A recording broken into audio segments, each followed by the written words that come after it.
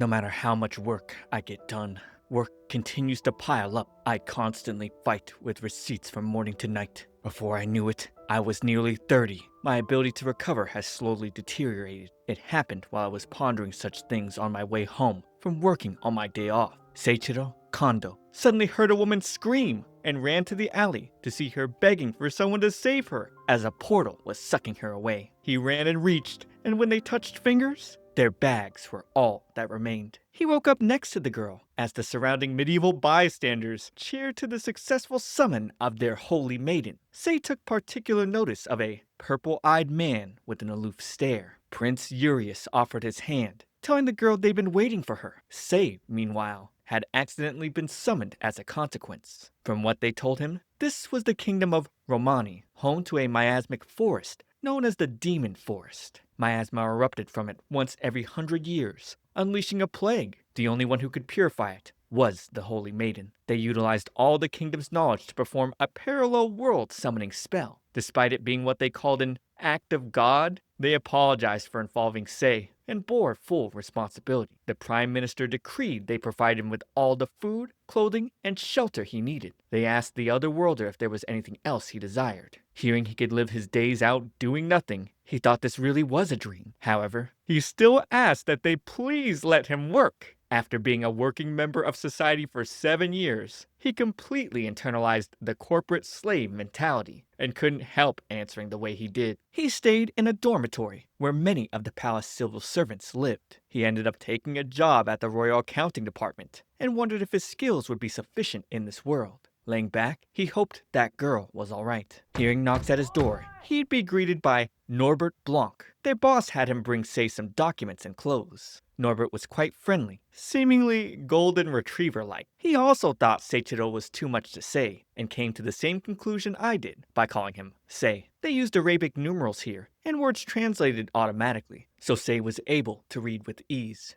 He'd suddenly be approached by the dazzling guy from the other day, who asked what Sei was doing here. Sei explained he was waiting for a helmet from the Royal Accounting Department. Norbert came running towards them and was shocked to see Commander Aresh Indolark. Aresh sighed, and glancing at Sei, his eyes widened. Aresh took off shortly. Norbert had never seen the commander of the Third Royal Order up close before. He wondered if perhaps Aresh was worried, since Sei was from another world. He's heard Aresh was ruthless, but maybe he had a nice side too. Norbert explained the Third Royal Order was full of elite knights who could wield both magic and swords. Commander Indolark was in a league of his own though. Handsome, strong, and the son of a marquess, so he was from a good family. A rare prodigy who made Knight Commander at an exceptionally young age. Their boss, Helmut Samaria, showed them to the accounting department, and they'd start by having tea. Shortly, it was already time for lunch, so they went to the cafeteria. By evening, when everyone was heading out, Sei was taken aback. He couldn't believe everyone left promptly at the end of the workday. Bro has Japanese salaryman Stockholm Syndrome. Helmut told him since tomorrow was his day off, to take the time to buy anything he needed in town, and paid him promptly. The next day, Norbert took Sei shopping. The currency they used here was called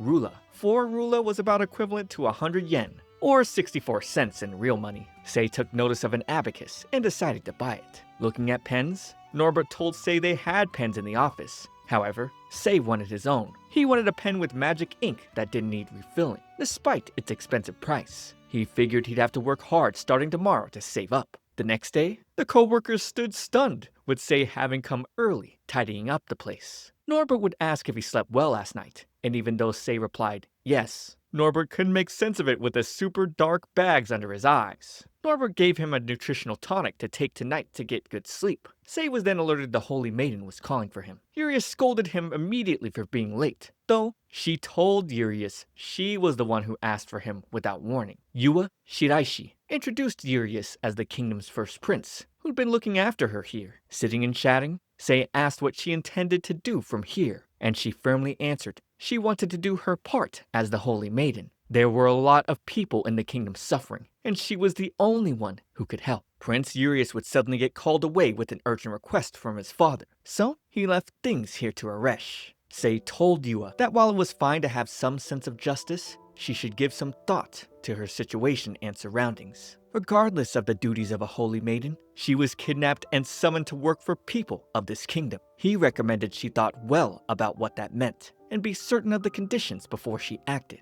She thought he was telling her to refuse, but he was only saying she should take her time to understand what was going on. After all, she had no idea the dangers of being the holy maiden, and they may not care if she lived or died, so long as the miasma was taken care of. She questioned how he could be so cold, and reasonably, he responded they didn't even know if what they were told was the truth. I'm gonna be honest, I like how logical he is. Yua started getting in her feelings, telling him she understood the two of them had completely different ways of thinking. She was going to do her best for the people of this kingdom. Typical emotional thinker. People who think like this will get you hurt with their good intentions. They need rational thinkers like Sei to lead them in the right direction. Lying in bed that night, Sei thought about how it was an adult's responsibility to offer guidance to minors, but he wasn't expecting her to listen to a complete stranger like him. The next morning, he was so full of energy, it scared Norbert. The tonic worked wonders apparently. They came from a skilled apothecary who made them for the knights. After work, Sei bought 10 bottles. Entering shop came both Commander Indelark and Vice Captain or Jeff Rhoda. Or Jeff asked what the funnel department was doing here and referred to Sei as the Holy Maiden's tag-along. He teased that despite being from another world, Sei looked like a perfectly unremarkable ordinary guy. With Sei promptly leaving, Aresh told him the Prime Minister had his eye on him. Sei wasn't sure what to make of that, but assumed the PM probably thought of him as a nuisance if he found out what he said to Yua. Helmet was surprised to see Sei asking for his next assignment. Norbert was amazed, seeing Sei get to quick work using the abacus he bought the other day. Sei wasn't worried about fatigue, because as long as he had tonics, he wouldn't get tired no matter how much he worked. He paused and showed Helmut there was something off about the budget request he was working on. The numbers were too round. Plus, the Third Royal Order submitted 3 identical requests for training costs, but the amount listed on each was different. Helmut answered they filed everything as training expenses, so it was fine.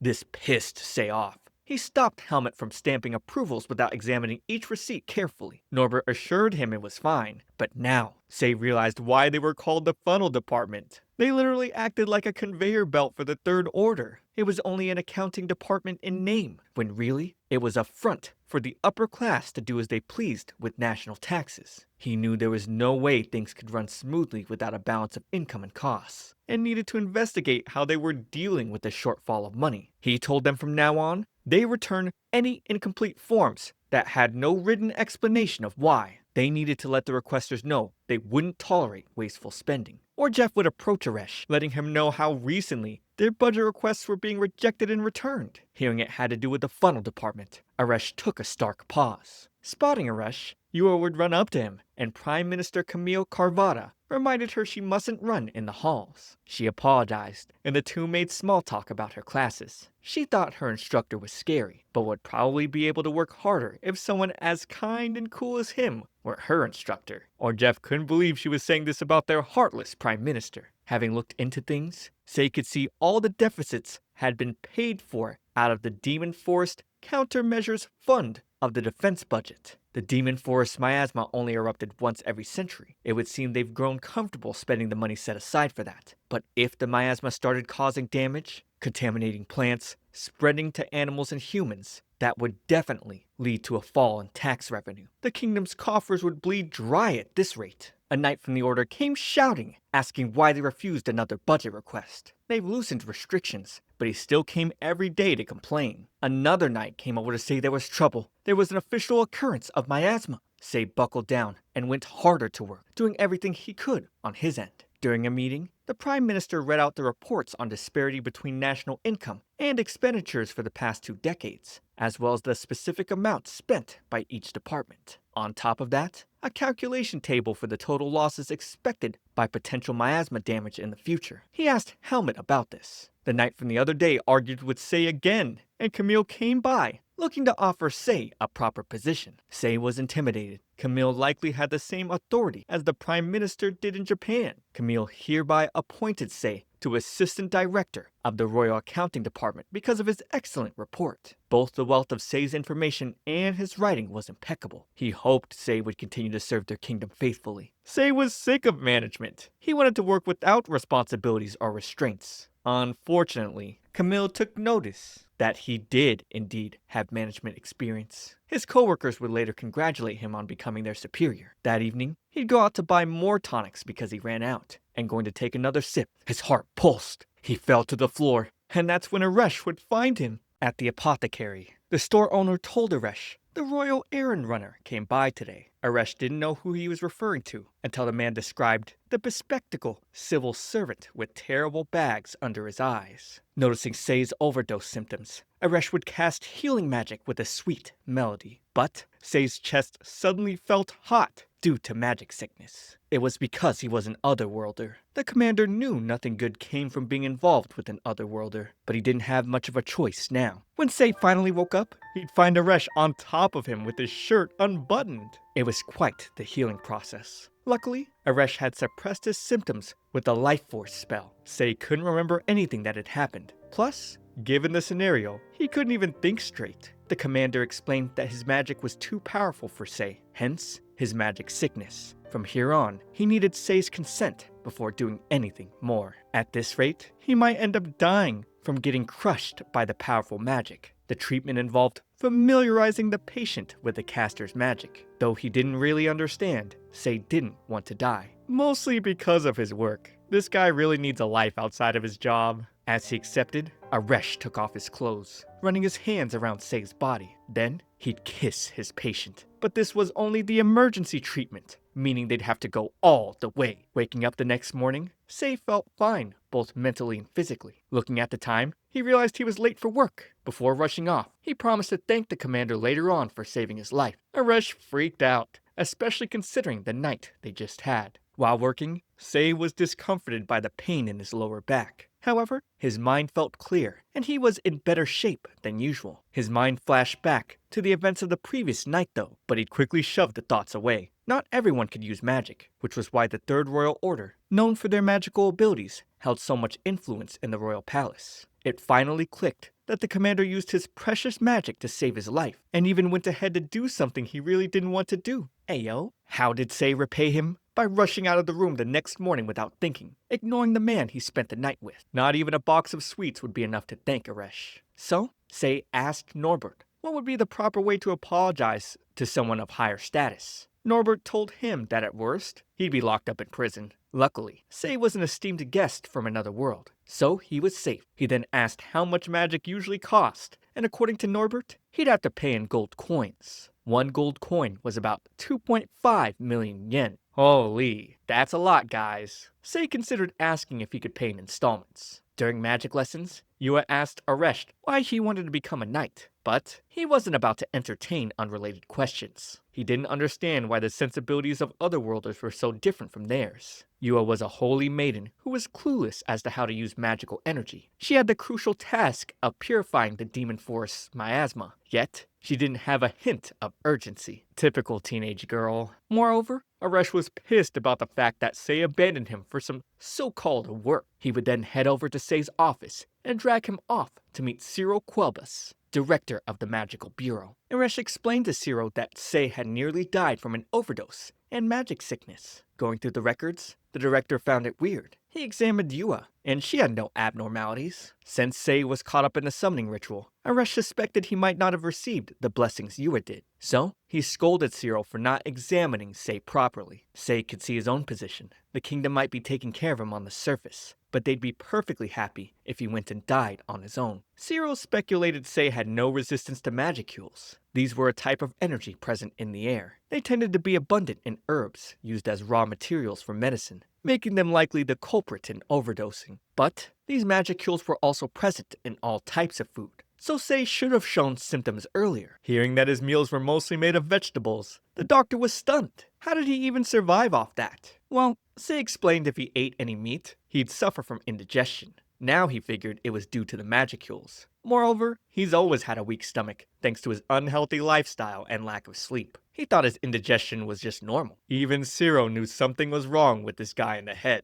he would cast a magical observational spell. Sei was amazed. This was the first time seeing magic while fully conscious. It was like having a CT scan. When the process was done, Arash held his hands, helping him acclimate to the magical energy. They'd have to stay like this for a while. Zero confirmed that Sei had almost no resistance to magical energy or magicules. But it wasn't completely zero. He was slowly gaining resistance. So if he focused on eating things with low levels of magicules, he would eventually be able to handle all foods normally. Till then, medicines high in magicules were forbidden. Sei argued that his fatigue went away and he felt more comfortable when he drank the tonics. But Zero told him his body didn't have the capacity to withstand something like that. The only thing that made him happy since coming to this world had now been taken from him. Sei couldn't wait to get back to work, but he didn't expect Arash to go to the cafeteria with him and fill his plate with the proper food he was to eat. Everyone else couldn't believe the commander was actually taking care of someone. Since Sei couldn't finish all that food, Arash told him to focus on the meats and grains. He needed to build up his strength. Returning to the office, Norbert comforted Sei and asked if Arash was the one he had put out for. Sei explained that the commander had saved his life the previous night, and today he'd been worrying about him. Norbert was amazed Sei didn't get punished for causing trouble for the commander. Realizing that he really could have gotten in trouble, Sei thought he needed to apologize and compensate Arash. But for now, he needed to clear up the work on his desk. He'd noticed another deliberate inflation of numbers, so he rejected the request, checking budget requests from each department, calculating necessary expenses, all while his work hours were eaten up, dealing with incessant complaints. There was barely enough time in the day for him to handle all this. If he had those nutritional tonics, he'd be able to cut back on sleep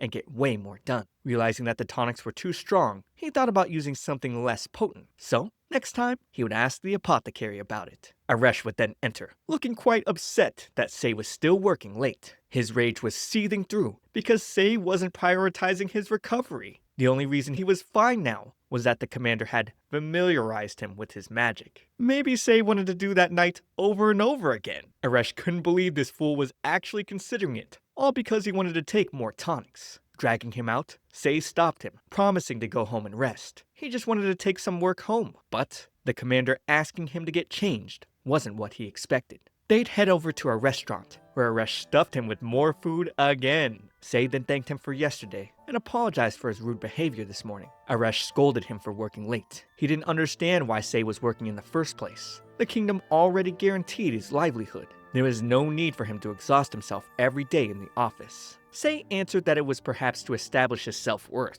Arash went, "Huh? It didn't even make any sense." Either way, Sei felt more at ease while working. The commander argued there was no point in him working to the point of ruining his health, but Sei was the type who couldn't help but get absorbed in things. After all, he was doing this voluntarily. However, he promised to look after his health more. Arash got really irritated just looking at this guy. There was still something he couldn't explain. About not liking the video and subscribing to my channel, because here on my Shoujo Weekly, I'm even covering the gay anime for you. Maybe I should turn this second channel into a BL one. What do you guys think?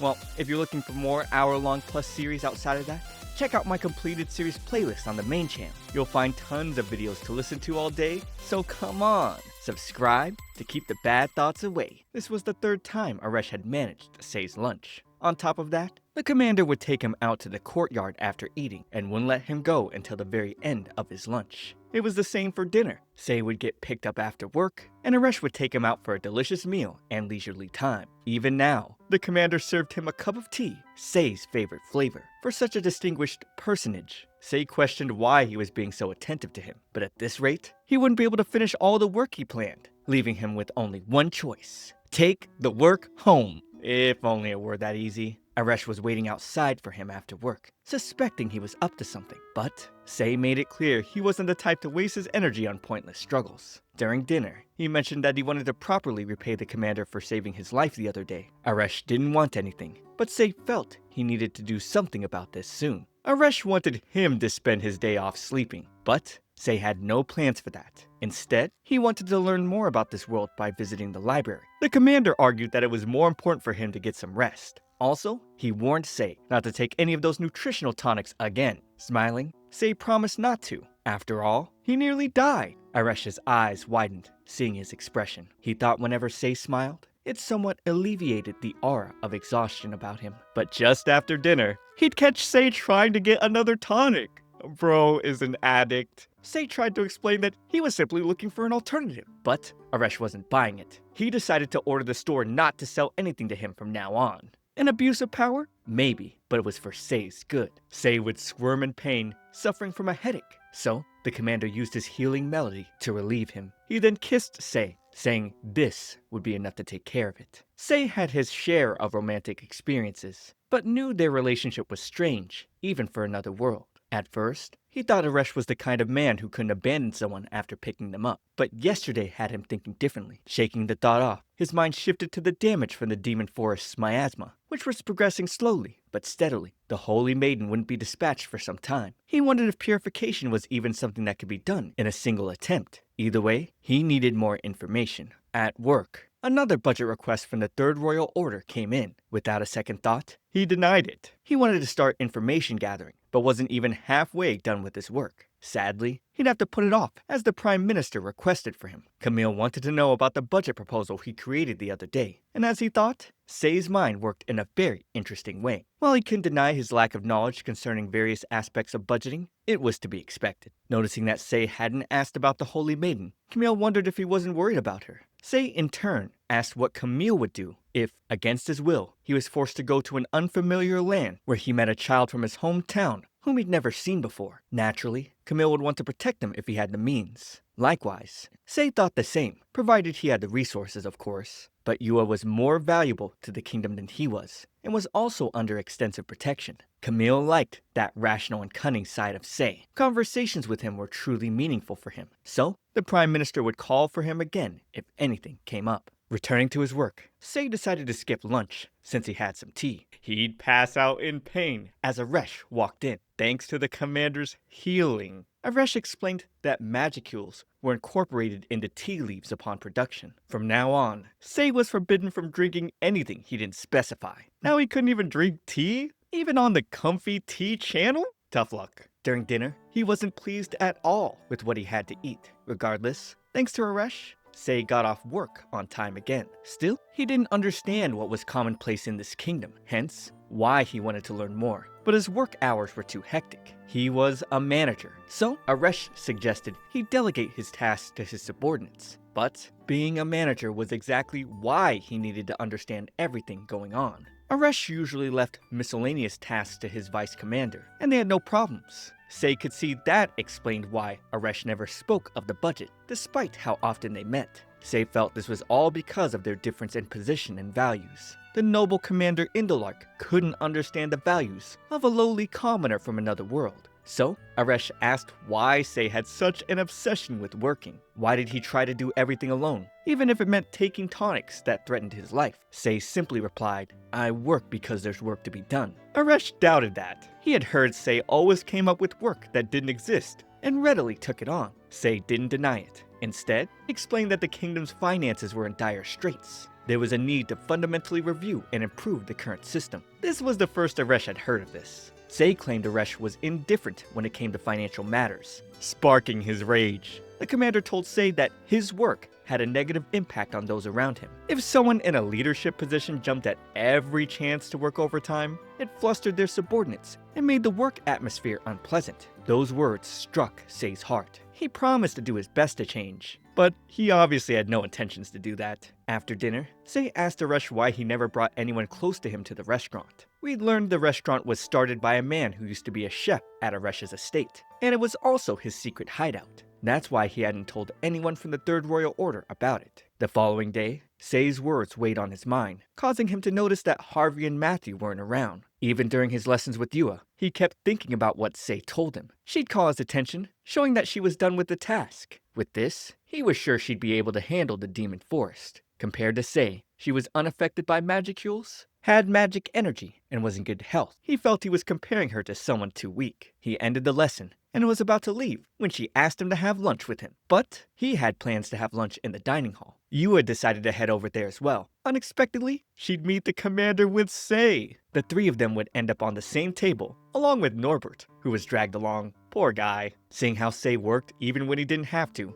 Yua joyfully called him a corporate drone. She didn't mean it maliciously, but Sei could sense a deadly aura emanating from Aresh. Sei then got scolded for eating around the shrimps on the plate. Aresh would then explain to Yua why he was managing Sei's food. But she felt a bit sad that he couldn't enjoy the delicious meal, and while Sei claimed to be indifferent, Aresh called out his lie, stating that Sei's reaction to food he liked and didn't like was like night and day. Aresh had a look of endearment, describing how Sei really liked suhash meat. He could tell because Sei's eyes softened when he ate it. On the other hand, Norbert asked Yua if it was true that roads in her world moved even when one didn't walk. He'd also heard from Sei that they could cross the sea and release some kind of power in their feet to cross the sky. Apparently, Sei had just been answering his questions randomly. The one thing Yua confirmed was that young girls wore skirts above the knee and showed their legs. And that was good enough for him. One of Yua's guards started accusing Sei of falling for the Holy Maiden and claimed he only came to this world because he was stalking her. However, Sei made it clear he wasn't interested in anyone younger than him. This caused Aresh's heart to sink. Sei had only just turned 30, and Aresh was 22. Seeing that he missed Sei's birthday, Norbert asked what he liked,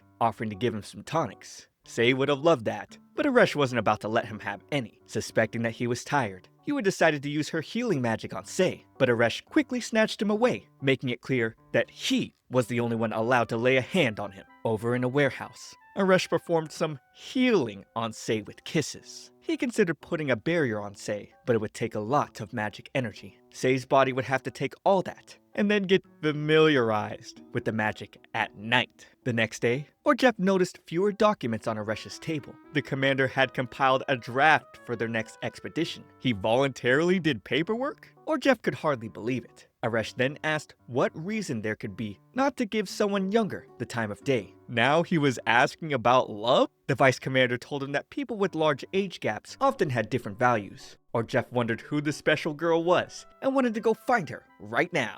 Elsewhere, Sei bumped into Camille, who told him that the Holy Maiden's training was reaching the final stage. They planned to go inspect the demon forest soon. However, the Second Royal Order and the Firstborn Prince were against it. So, the Prime Minister was counting on Sei to figure out the costs of dealing with the miasma and the expenses of the expedition. The longer they delayed, the more money and time it would cost. Unbeknownst to Sei, two people slowly approached him from behind while he was lost in thought. Then, he'd get knocked out. Realizing he had forgotten to give something to Sei, the Prime Minister turned back to look for him. He thought Sei was so capable and considered giving him the authority to act independently. Camille would hear groans coming from the door nearby. Going inside, he was shocked to see Sei bruised and battered. Meanwhile, Orjef asked Aresh what kind of person he was interested in. The commander began thinking about the kind of person Sei was. A man who had no resistance to magicules, but insisted on overworking his exhausted body. He was also a picky eater who kept trying to sneak in tonics. Thinking about it now, he saw Sei as troublesome and infuriating. Still, Sei was someone he couldn't leave alone. A bittersweet feeling. Orjef was sure this had to be Aresh's first true love. Someone from the Royal Medical Bureau would come in, explaining what had happened. Without delay, Aresh would rush off to find Sei. While Sei lay in bed, Cyril tried to explain to Camille that only one person could care for him. Due to that, he couldn't heal Sei. More like, it was better for him not to treat Sei. Sei's peculiar constitution was connected to his relationship with Aresh. Cyril didn't want to blurt that out by accident and see his head separated from his body. However, the Prime Minister had heard there were those who despised Sei, but didn't feel the same way about the Holy Maiden. The doctor panicked. If he didn't treat Sei, he'd earn the ire of the Prime Minister who held peerless political power in the kingdom. On the other hand, if he went ahead with the treatment, he would piss off the highest ranking and most powerful man in the kingdom's military. Caught between a rock and a hard place, he had to buy time. Just as Camille was about to suggest another healer, Aresh burst in. Taking one look at Sei, he asked everyone to leave so he could begin treatment. That's when Camille found out he was responsible for all of Sei's care. However, the Prime Minister didn't understand why they had to leave. Cyril convinced him by saying it would take a lot of time. Commander Indolark then asked to be given an hour. Taking off his cloak, he slowly started the healing process. Cyril was relieved that he got here in time. With his constitution, Sei would have immediately gotten magic sick if he had used the necessary amount of magic needed to treat such wounds. It could have been fatal. The thought of a healer who didn't know his constitution while treating him sent shivers down his spine. Plus, there was the issue of acclimating Sei to magical energy. The best thing was to leave Sei to Aresh, and then figure out how to get through this situation. Sadly for him, Camille wasn't about to go anywhere until the treatment was done. Sei was in agonizing pain. He recalled the voices of those who had beaten him up, all because they saw him as a scoundrel who dared to have feelings for Yua. Seeing that they didn't plan to kill, he decided to wait out the torture. Once they were done, he couldn't move, and if left like this, Sei feared he might die. Aresh's soft singing reached him, and he recognized this warm feeling.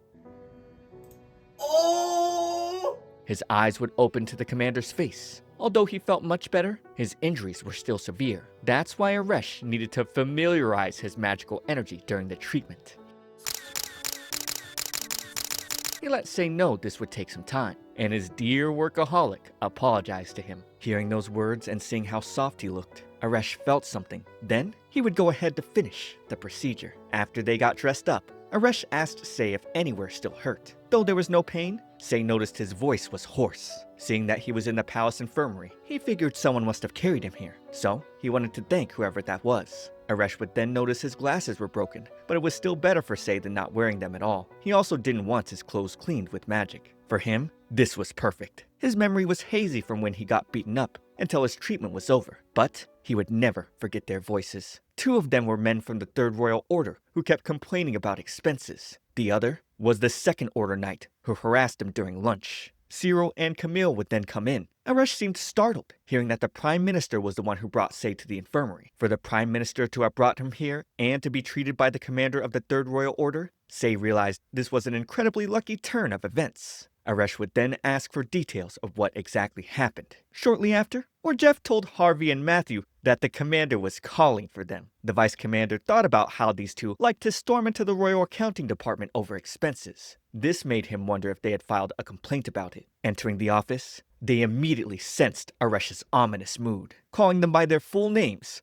Look at this guy. He's gonna kill these two. The commander asked what they were doing during the water hour yesterday. Matthew claimed they were both organizing the storerooms before afternoon training to check on their equipment for the expedition. Aresh then displayed a piece of torn cloth, believing it belonged to one of them. That's GG's. Instantly, fear gripped Harvey. He lied that it had caught on something during the inspection. Commander Indelark then mentioned that a high-ranking civil official was assaulted, and this said official was found unconscious in the storeroom that they were in. He had countless bruises, with his ribs and arms fractured. He was obviously talking about Sei, but they referred to him as the Holy Maiden's tag-along. Still, Matthew told Aresh that they just happened to pass by each other that day. Sei was an unbidden +1 on the Holy Maiden's summoning. Despite being so weak, various departments were wailing about him interfering with the palace accounts, cutting their budgets. There were rumors that Aresh, who barely showed interest in anyone, suddenly started having lunch with Sei and managing his meals. According to the commander, the victim tore off one of the perpetrator's clothing with a nail he found on the ground. How the hell could these guys be so stupid? By the look in his eyes, Aresh was fuming with anger. The knights tried to convince their commander to take their side, telling him not to take the word of a nobody. They claimed the person who found him must have been trying to frame them. At that moment, the Prime Minister entered, and hearing that he was the one who found Sei, the two knights were speechless. This was Camille's second time meeting Matthew, their first encounter being in front of the accounting department. When he mentioned that Sei nearly died, Harvey felt it couldn't have been that bad. Oh, bruh. He just exposed himself. What an idiot. And thus the truth finally came out. Camille let them know it was the commander who took care of Sei's treatment. Evidence of them frequently pressuring Sei regarding expenses had also been obtained. Still, they tried denying everything. That's when Commander Makovska of the Second Royal Order came in, bringing the Holy Maiden's bodyguard with him. Seeing him, Harvey and Matthew quickly threw the blame on the bodyguard. Oh, the rats are turning on each other. Classic. Of course, Aresh didn't care about their conflicts. He was determined to punish them all. They would end up with a 1-week suspension, a restraining order preventing contact with the victim, and a year's salary reduction and monetary compensation. It was quite the light punishment. Given that knights were rare, they couldn't be stripped of their knightly titles. Still, Camille felt the suspension was too short. Sei would think otherwise, explaining that it only served to let everyone know they had caused trouble. Cutting their high salaries as knights was good for the national treasury. Then, there was compensation for damages as well, including the medical expenses. Sei was sure to collect all 400,000 rula from the three of them. That was equivalent to 10 million yen. The Prime Minister didn't get why he wanted to settle things with money, but the only value Sei saw in them was money. Thanks to this, the kingdom had issued a statement declaring that Sei was a protected individual, and now the second and third royal orders owed him a favor. Also, the Holy Maiden's Demon Forest expedition getting moved would greatly reduce their expenses. As he gave the Prime Minister some documents to look at, Aresh walked up to him, scolding him for not taking proper rest, despite sustaining serious injuries. You'd think this guy cared more about his life, but to be fair, this is probably what we expect of Sei by now. Or Jeff was stunned, seeing his commander talk this much. After dinner, Aresh apologized to Sei on behalf of his subordinates. The guilt for not supervising them properly ate at him. However, Sei didn't expect much from him when it came to managing his subordinates. More importantly, he apologized for making the commander treat him again. This time, he offered proper payment. Not only had Aresh saved his life twice, but the commander also offered to cast a barrier spell on him. Sei extorted this money to be able to repay him. Recovery spells were normally expensive, especially ones used to treat life-threatening injuries and illnesses. Although Aresh provided treatment voluntarily, he decided to accept the payment to make Sei happy. At the end, Aresh explained that the barrier could protect the body from magical energy and magicules. With additional effects, it could even shield Sei from physical attacks. However, it required a sheer amount of magical energy, which, if used on Sei, would increase the effects of his magic sickness. So, it was better to gradually lay it over like a protective film. Sei would take off his vest and sit on Aresh's lap. Thinking about it, Commander Indalark had been doing most of the work to treat him. Right now, Sei felt it was absurd to make him do all the work. Just as he mentioned being more cooperative, Aresh embraced him warmly as he started the process. He knew Sei's first name, but he would ask if Sei knew his. Sei did, and then they'd kiss. The following day, Sei was given documents to review concerning the upcoming Holy Maiden's expedition. He'd be shocked to hear that the royal family would be hosting a banquet as a send-off for it, and Helmet would be his escort. Sei knew this was all a publicity stunt to show off the royal family leading the expedition. The goal was probably to put pressure on them and to lead nobles to get a gander at promising talent. Depending on the scale, the banquet could seriously cut into the national budget. Meanwhile, Norbert was so pumped up about this. He'd come with his mother's personal maids the next day to help Sei prepare well. He even brought some formal wear. That's when Sei recalled Norbert was from a wealthy family. As the maids began their work, all he could do was scream helplessly. At the banquet, Aresh was stunned, seeing Sei dazzle in the spotlight. While talking with his colleagues, Sei was approached by the Prime Minister. Camille thanked him for his help with speeding up the expedition. He noticed Sei was looking much brighter, and he complimented how the outfit suited him. However, Sei thought about how he was forced into attending this obnoxious gathering, but he didn't intend to waste his time. Before he could ask Camille what was on his mind, Director Zoltan approached the Prime Minister. Seeing his purple scarf, Sei recalled it was the color of the Royal Sorcery Department. Thanks to his help with the summoning spell, Zoltan boasted that it wouldn't have been possible without them. They were even being asked to participate in the purification expedition,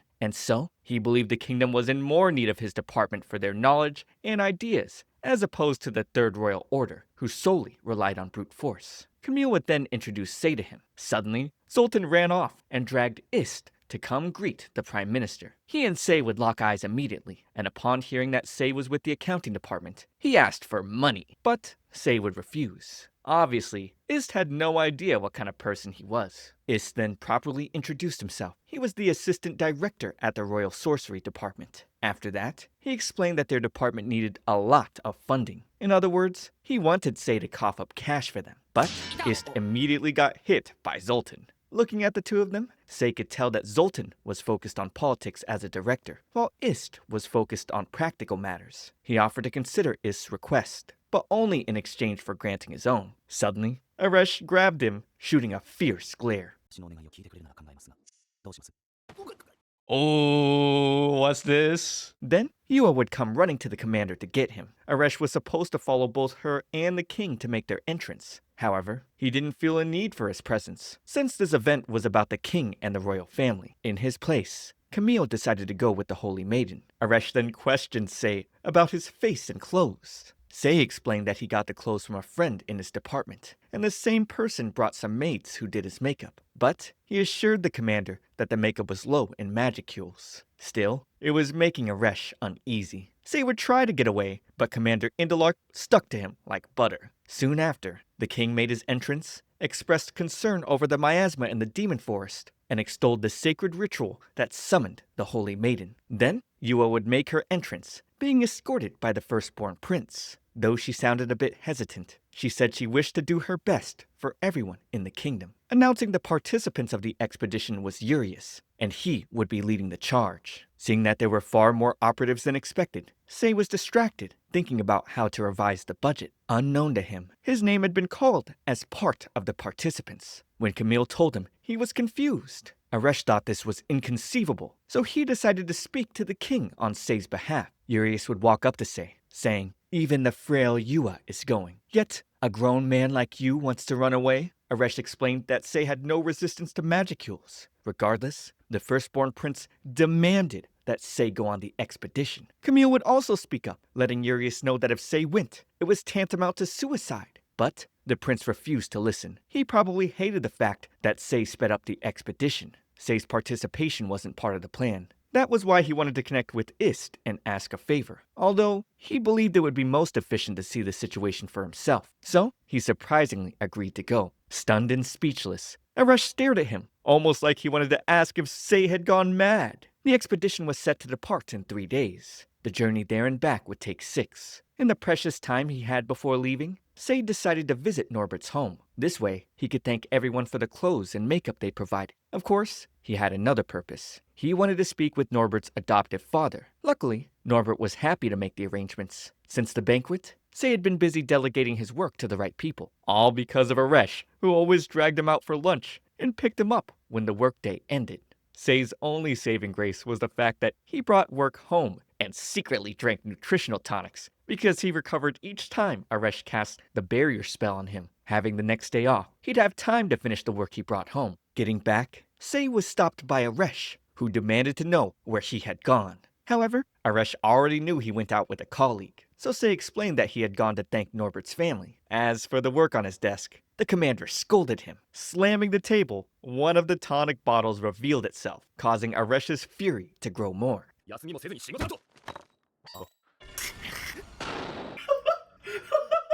After being treated, Sei tried to get back to work, but Aresh refused. He advised Sei to put his health first and be more conscious of his own weakness. Sei was well aware. After all, if it weren't for Aresh, he'd die from simply breathing. Even for this world, their present relationship was strange. Aresh then mentioned he had already prepared expense summaries for the 2nd and 3rd orders. He would give it to Sei tomorrow when they depart. Aresh wasn't about to let Sei work right now for any reason. Sei asked if he had siblings, and Aresh mentioned having 2 older brothers and a younger sister. So, the unruly, handsome commander was the youngest child. That explained a lot for Sei. Although Aresh had a room in the knight's barracks, his family home was closer to the palace. That made it easier for him to live there. As for Sei, he was an only sibling. Thinking about it now, he felt it'd be better if he had a sibling. He was so busy with work, he rarely went home for Oban or New Year's. With their only son missing, Sei wondered what was going through his parents' mind. How were they spending their days? He was the only one they had.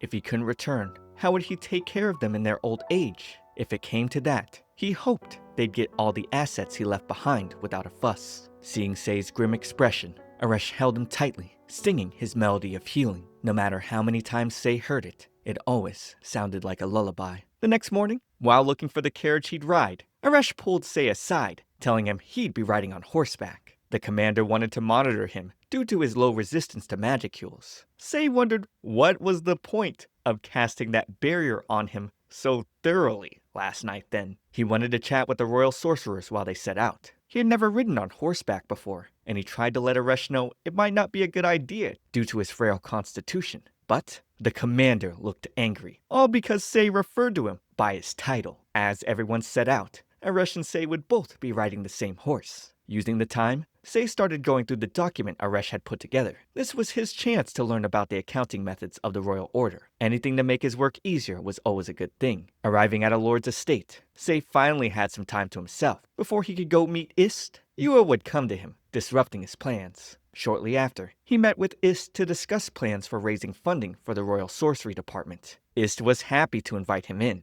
He was the type who honestly stayed true to his desires, and the kind of person whose hobbies became their line of work. For Sei, Ist would be easy to work with on a professional level, unlike one particular saintly brat. During his meeting with Yua, she begged him to switch places with her tomorrow. He explained to her that the Holy Maiden was the only one who could purify the miasma. On the other hand, he was the only person in the world most susceptible to miasma. Just breathing the outside air would weaken him. He was certain he would die. Yet, Yua was here, increasing the workload of those tasked to protect her, and asking him to risk his life. His words struck her like a dagger to the heart, causing tears to well up. Sei advised her to start considering things more seriously. This wasn't a world where she could blindly do as she was told and expect to live peacefully after. She didn't know this, but he planned to ruin her brilliant future as a holy maiden. Later on, Aresh heard about what he told Yua, so he made sure it wouldn't reach the king's ears. During the dinner party, Yua was visibly down thanks to Sei, but the fact she still came meant she must have given his words some thought. If the Holy Maiden had skipped the Lord's dinner party while staying at his estate, it would have been a great insult to him. As expected, Urius covered for her, saying she was tired for her journey, as he thanked the Lord for his hospitality. At first,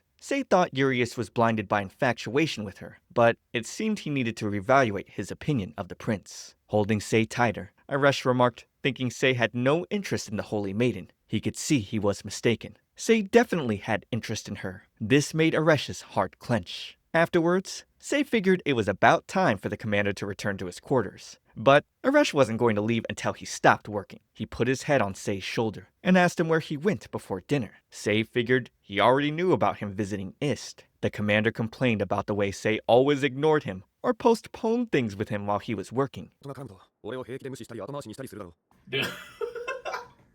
Oh man. He wants Sei's attention. I get it. Knowing what he said was true, Sei still tried to deny it. Upset with him, Aresh snatched his documents away and held him tight as they lay down. On the third day of the expedition, they finally approached the demon forest. As the carriage tripped, Yua began to panic. She had heard some animal noises, but her guard assured her that the knights were here to protect her. They wouldn't be outdone by any kind of ferocious beast. She offered to help with her healing magic, but it was best for her to remain at ease. The purification was all she needed to think about. Despite hearing about the miasma, everything had been so tranquil for her. Everyone protected her, so Yua lived peacefully. But she'd be very much worried for Sei, especially after recalling what he had told her. Meanwhile, Aresh and his comrades took out the beasts that were attacking. While Sei was taking notes, he'd be protected by Aresh. Arriving at the entrance of the demon forest, they would all proceed on foot from here. Civil officials were to wait, except for Sei. Urius wanted to drag him into danger no matter what. Sei thought about staying behind, considering Ist was here as well. But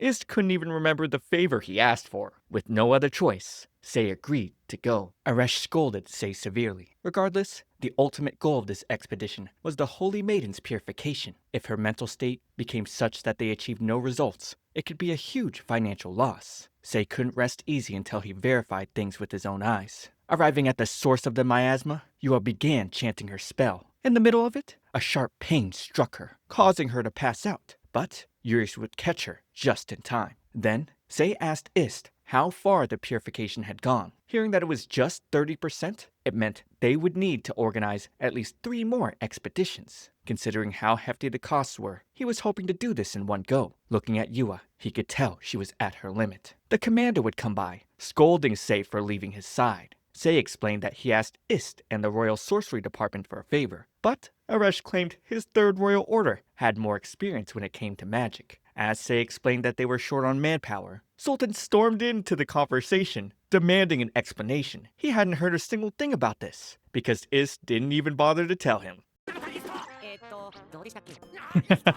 Calming the director down, Sei told him that they needed people highly practiced with magical energy and magic studies, which could only be handled by the Royal Sorcery Department. Of course, there would be special compensation for the job. Sultan doubted a mere assistant director of accounting could decide this, but Sei assured him that his director and the Prime Minister had already signed off on it. His plan was to have Zoltan, who was always eager to be in charge, instruct the others while Ist would select members more resistant to magicules. Before he could give out orders, Urius would interrupt him, asking who gave him the authority. Sei responded it was the Prime Minister, and he had a letter entrusting the matter to him. The prince argued about being in charge of the expedition. However, Sei told him this was a separate affair, and advised him to get Yua somewhere to rest. Surprisingly, she wanted to stay with Sei. Maybe she finally realized the dangers of this world and the precariousness of her own position. Unable to do anything for her now, Sei would ask her to return to town and get some rest. As she left, the prince still questioned Sei on what he was about to do. He seemed to be strongly motivated about the miasma. Sei then asked him to stand back with his guard to observe at a distance. As for the knights, they were to protect the members of the Royal Sorcery Department and record the details of the barrier they cast. Sei's plan? To protect the kingdom. Urias and Aresh stared in awe. It was preposterous. Barrier spells were a complex form of magic that only a select few could use. A barrier large enough to cover the entire kingdom would require far more sorcerers than they had. Zoltan confirmed this,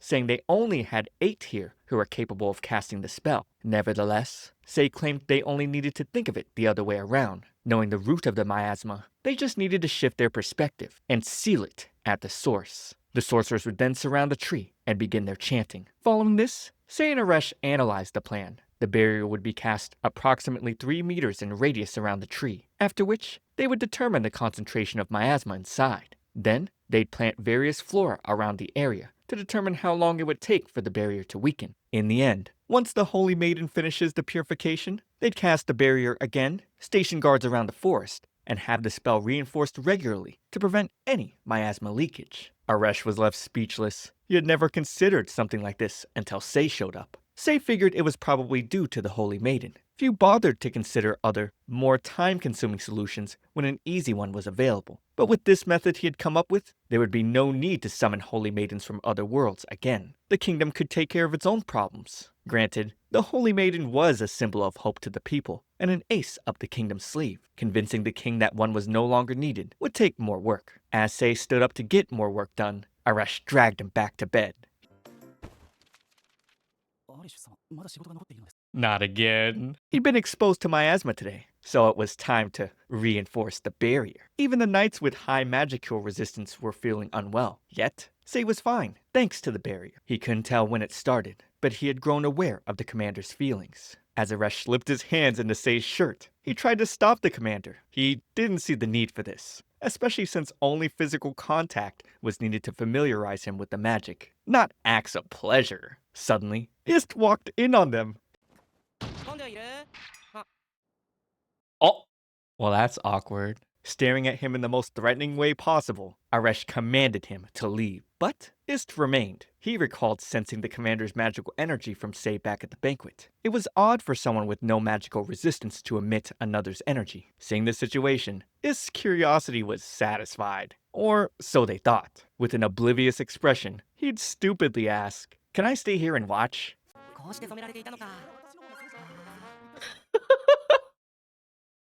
This guy is like my viewers. Fed up with them, Sei pushed both Ist and Aresh out of the room. Being in a place with less miasma, he made it clear he was fine. He still needed to organize some documents and mentioned that he'd be riding in a Royal Sorcery Department carriage starting tomorrow. So, he and Ist could finally discuss what they wanted to talk about. With that settled, he slammed the door shut, leaving Aresh in an awkward position. The next day, while Sei was listening to Ist blabbering, he noted it had already been over 2 hours since it started. He didn't get why researchers were so single-minded when they found something that interested them. Apparently, Ist was from a merchant family rather than a noble one. He was incredibly dedicated to his pursuit of magic and highly skilled in a wide range of spells. Although he spoke about interesting topics, Sei still had other things he needed to do. He needed to report to Prime Minister Camille, make arrangements with their collaborators, as well as many more things. By nighttime, he had sent a swift notice to Viscount Blanc and prepared the documents. Now, Aresh was back in his room, trying to get him away from work so that his barrier could be reinforced. With no other choice, Sei accepted.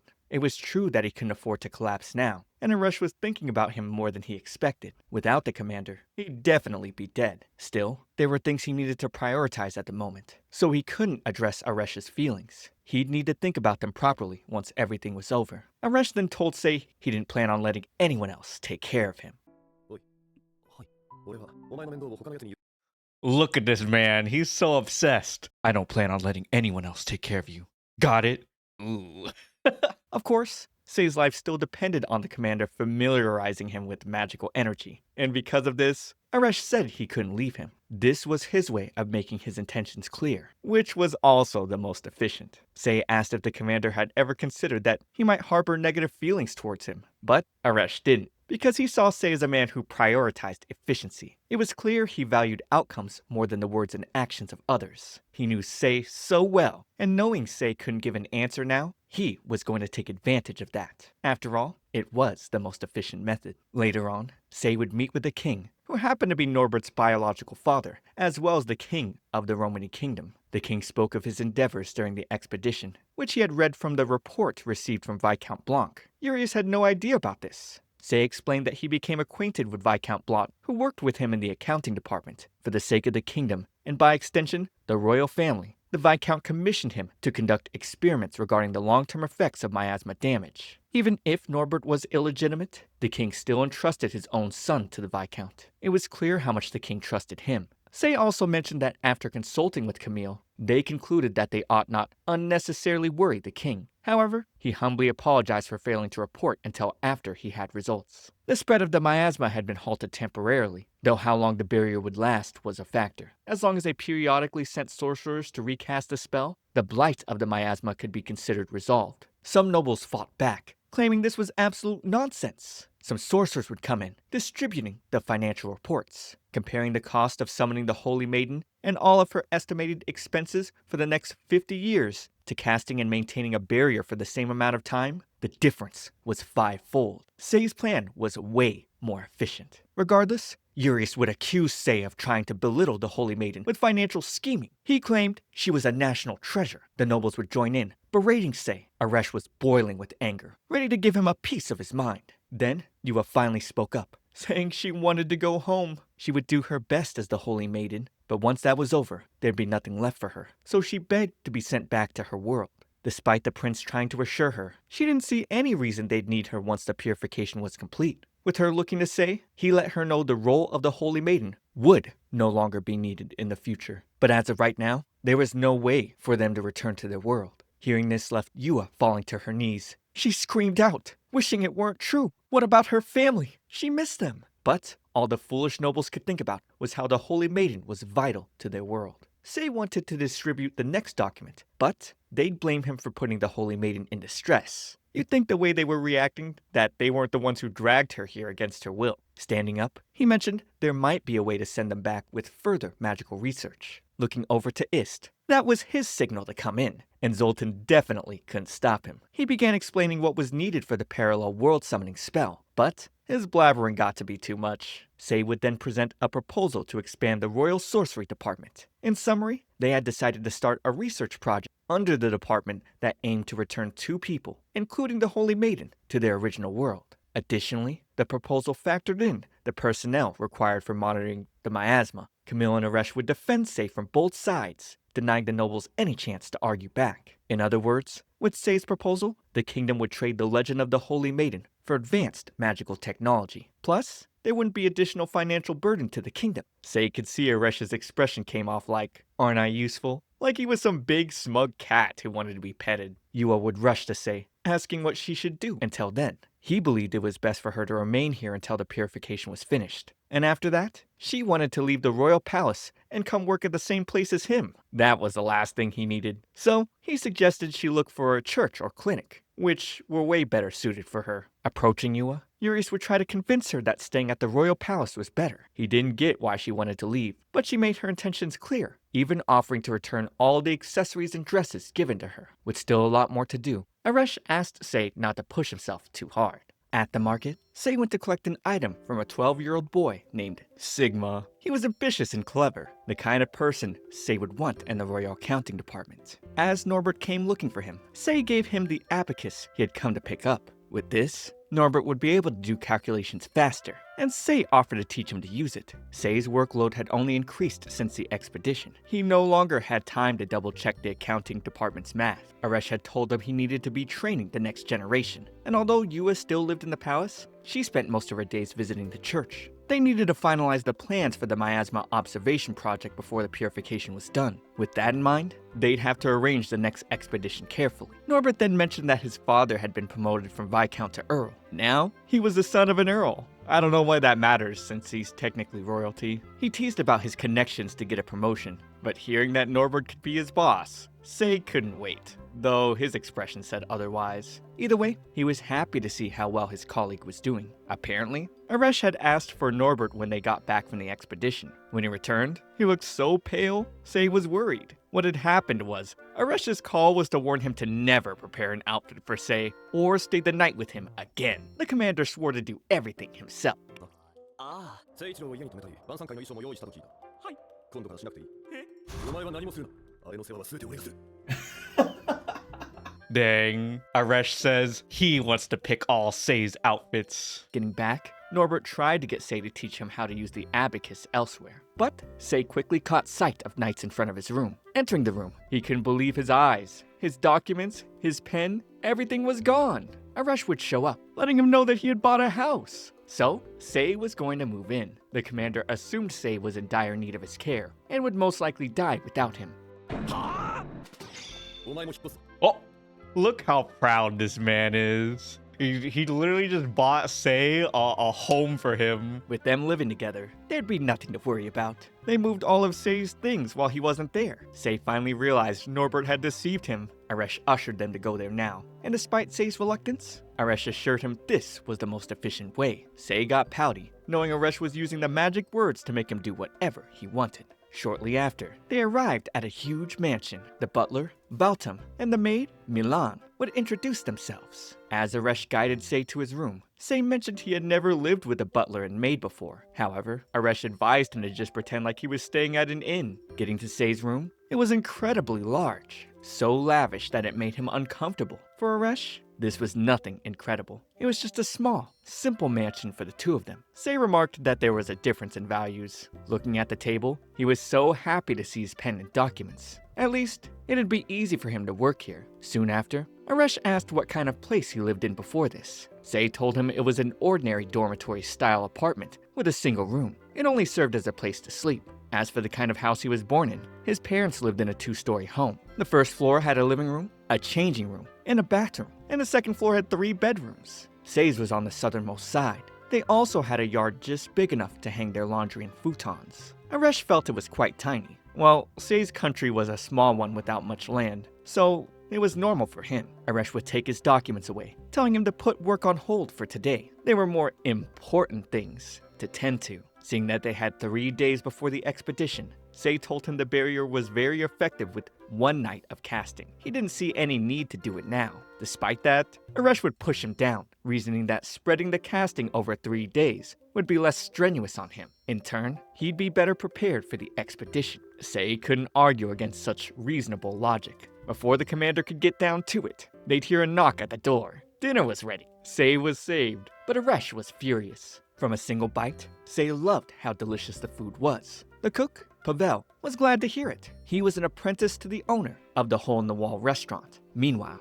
Valtam had served Arash at his family estate since he was a kid, and Milan was said to have returned to work after raising her children. Valtam promised that he and his colleagues would do their best to improve Sei's resistance and maintain his health. He needed only to let them know if he had any requests. 2 weeks later, Sei woke up to Arash cuddling him. He questioned why Arash slept in his bed every night.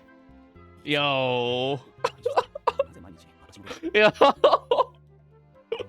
He snuck in Sei's bed and he sleeps in his bed every night. Ooh. Sei even locked the door, but the commander had a key of his own. Sei had objected many times to no avail. If he worked too late into the night, Arash would drag him to bed, even though he already made sure not to retire before midnight. Without a doubt, Sei was quite aware of what was going on. Arash was using healing magic on his magicule weakened body every night. Minor healing spells could be cast via touch. They had only gone all the way twice. The time he took too many tonics, and when he was assaulted. Given both were necessary treatments, he thought there was no way around it. At the office, Norbert thanked Sei for the abacus. Thanks to it, the calculations have been a breeze. and thanks to Norbert's big mouth, Sei could see that he could take on more work. The second expedition was now over. If they successfully complete the purification on the next, they'd have the miasma and the damage it was causing in each region under control. Currently, the kingdom was prudently allowing the Holy Maiden to rest, so there was no certain date for the third expedition yet.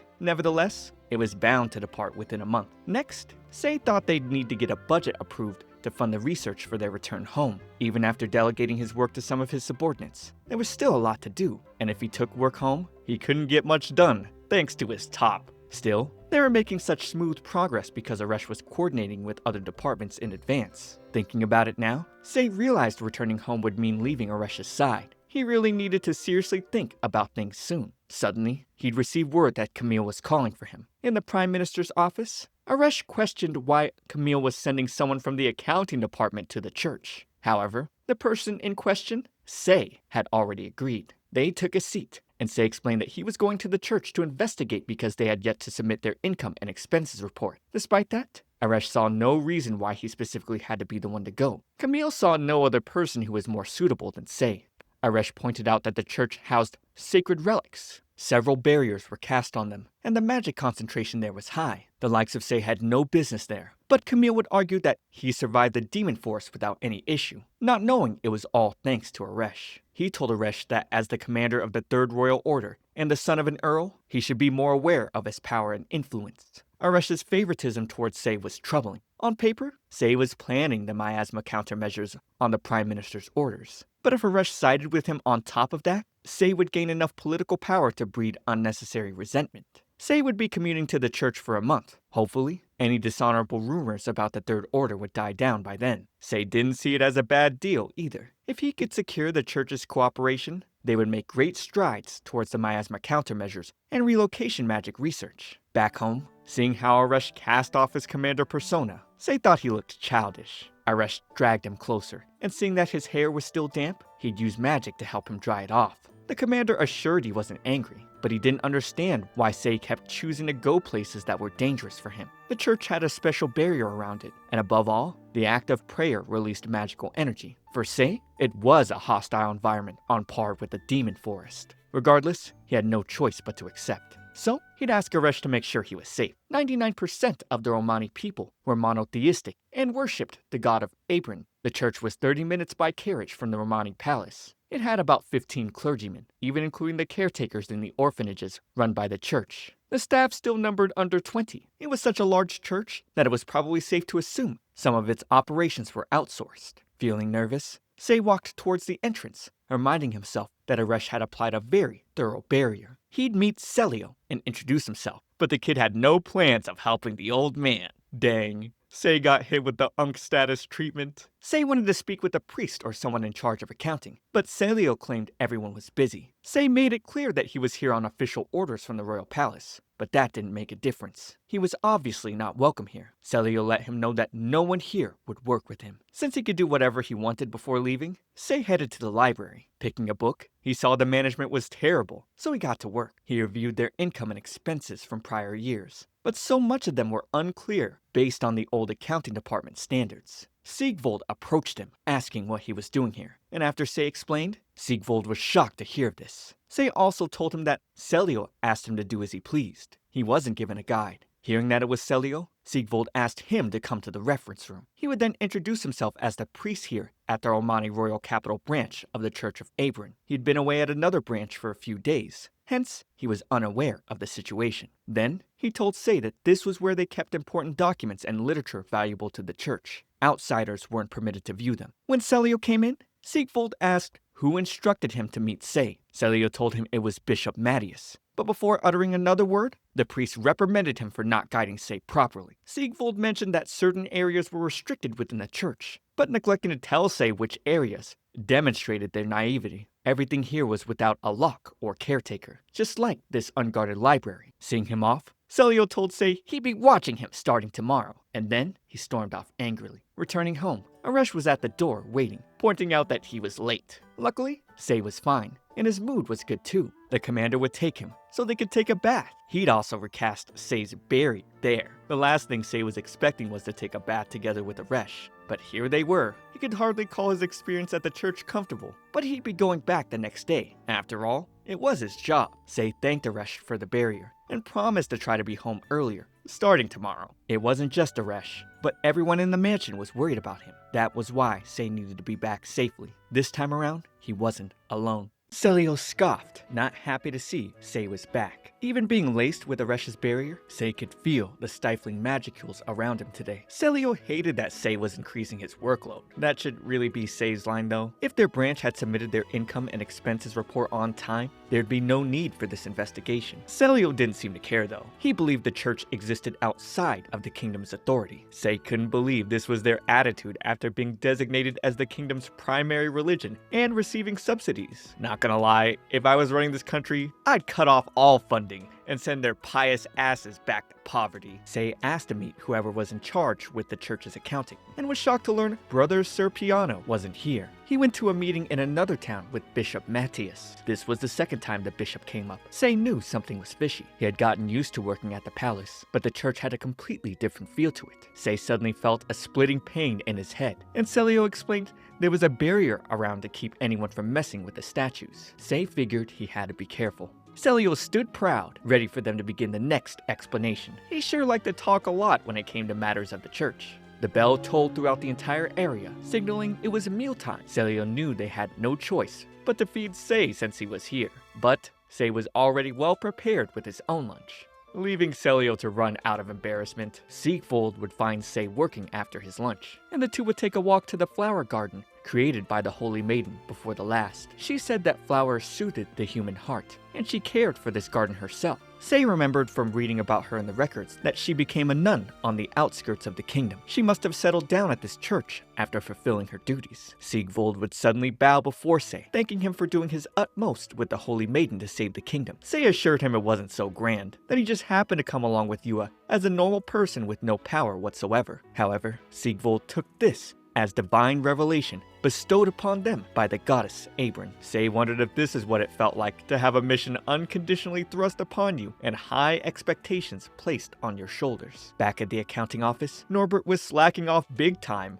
knowing Say wouldn't be back for a whole month. Not expecting Say to appear behind and catch him. Today was Say's day off, but he came to catch up on any missed work. Norbert asked if he was allowed to tell Aresh about this, and Say grunted angrily. Norbert asked if it'd be bad if he got caught, but Say thought it was fine. Aresh never came to the cafeteria alone. Norbert was concerned over the food Say was picking, but Say assured he was slowly building up the tolerance to deal with magicules. The two would chat, and Norbert explained all citizens were baptized by the church at the age of 6 and underwent a coming-of-age ceremony at 18. They even gave offerings to the church during seasonal festivals. For most people, the church felt closer than the royal palace. Nobles who own land support their local churches, while nobles who didn't have either support the one in the royal capital or the Orthodox Church. Say thought about how he saw many noble families in the visitor logs.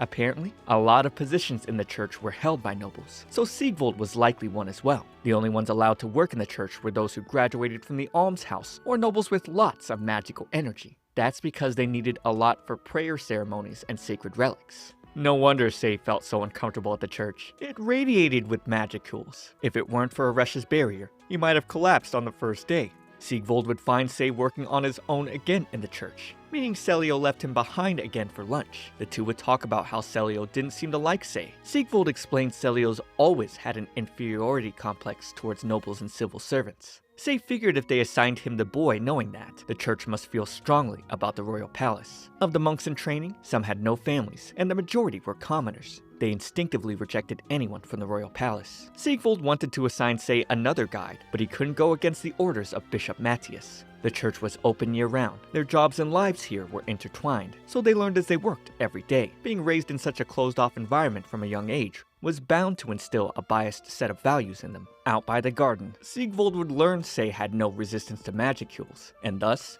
couldn't eat the food here. Holy spells and healing also had the opposite effect on him. He would see Say as a tribulated disciple. His inability to adapt to this world was a trial given to him by God. Sei wondered if he flipped a switch. He was getting an incredible sense of deja vu from this man, like a certain eccentric experimenter. If he wasn't careful, he figured he'd get roped into monastic training. He'd later visit Ist, sleeping on the floor at the magic research department to get a progress report on the return spell. Ist's co-workers were amazed by Sei. Even they couldn't understand what Ist said most of the time, but he was rapidly taking notes. Sei learned they lacked both the manpower and funds to buy tools required for the return spell. Hearing Sei was going back to the church tomorrow, Ist wanted him to bring back a relic. But that obviously wasn't going to happen. Yua would happily catch Sei as he was leaving. Urias wasn't eager to see Sei at all though. Yua was excited to hear he'd been working at the church. She's been visiting the church as well, purifying those who felt sick. She especially loved Celio. She thought he was such a beautiful child, and thought he was a good boy who taught her all kinds of things. Both the guys were shocked hearing this. Urias told her that as the Holy Maiden, there was no need for her to work, but she wanted to do what she could. She ran off because Urias kept pestering her about it. Urias sighed, but he wasn't going to let Sei go as well. Over tea, he complained about Yua not depending on him, and instead, someone weak and powerless like Sei. Sei was quiet, thinking about how the answer was obvious if Urias just considered what led to this. He answered that they were likely drifting apart due to a difference in values. Urias didn't understand. He thought Yua was from a noble family, so their ideals couldn't be so different. However, Sei clarified the class system in their country was abolished and no longer existed. But even so, Urias thought as the Holy Maiden, she should be treated with great care. Sei answered that she was showing restraint. He assumed she probably didn't want to owe Urias anything, and didn't want others to just serve her. She wanted to return to her world, but the kingdom wanted her to stay as a political and diplomatic symbol. Urias was not satisfied with this. Sei wanted to continue on to the library to do some research, but he'd get stopped by Commander Makovska from the Second Royal Order. No one was going to let Sei just work. In private, he begged Sei to help mediate things between Urias and Yua. Sei was out though, or Jeff would watch Sei pass by and get startled by Aresh. Aresh would ask why he mentioned Sei's name, and or Jeff made the excuse that he was wondering if Sei would be joining their next expedition. He'd find another excuse to get Aresh off his back, and before Aresh left, he turned back to say no one other than himself needed to call Sei by his full name. He told Orjeff to call him Kondo, his family name. Orjeff thought about how this went beyond being protective. Aresh always put Sei first, and now they were living together. There was no doubt about it. His first love was definitely Sei. Back home, Sei welcomed Aresh returning early. He thought about how Baltam had been taking care of Aresh from a young age, practically like a father figure, and the only one who could reason with him. Since Baltam had asked him to greet Aresh with them, it must mean something. Sei didn't have the courage to ask, but he wondered what the servants here thought of him. When he finally got to greeting Aresh asked what he was plotting. Sei thought he was so rude. The least he could do was welcome his landlord home. He asked what Aresh took him for, and Aresh answered, an extreme workaholic. Sei didn't feel like welcoming him home anymore. Aresh would touch Sei's face, and his expression softened. The servants watched gleefully. Sei got so flustered, he turned away, but Aresh would turn it around by telling Sei he had the documents for the next expedition they could review. Sei sat on Aresh's lap, reviewing the documents while being embraced tightly. The two discussed how the kingdom was short on sorcerers. Most were tasked with handling the demon forest. Aresh would explain magical energy could go out of control, so children who had a lot of it were often sent to the church. Aresh suddenly began casting another barrier onto Sei, and turned Sei to face him. Sei thought he was too heavy for this, but Aresh assured him he wasn't. The two would kiss. Being called Seichiro, Sei blushed. Aresh proceeded to get on top of him, and put his hand up his shirt. He wanted to do a body check, since Sei put on some weight. The next expedition was in 6 days. They still had mountains to move. Sei needed to pull himself together, but he kept thinking about last night. He needed to stop thinking about it and focus. He knew Aresh was naturally clever, quick to learn, and had a keen sense of intuition. Instead of getting swept up in things, it was clear he was targeting Sei's aversion to wasting time, and his desire to get the most out of a situation. He thought Aresh was sure troublesome, because he had yet to face his own feelings properly.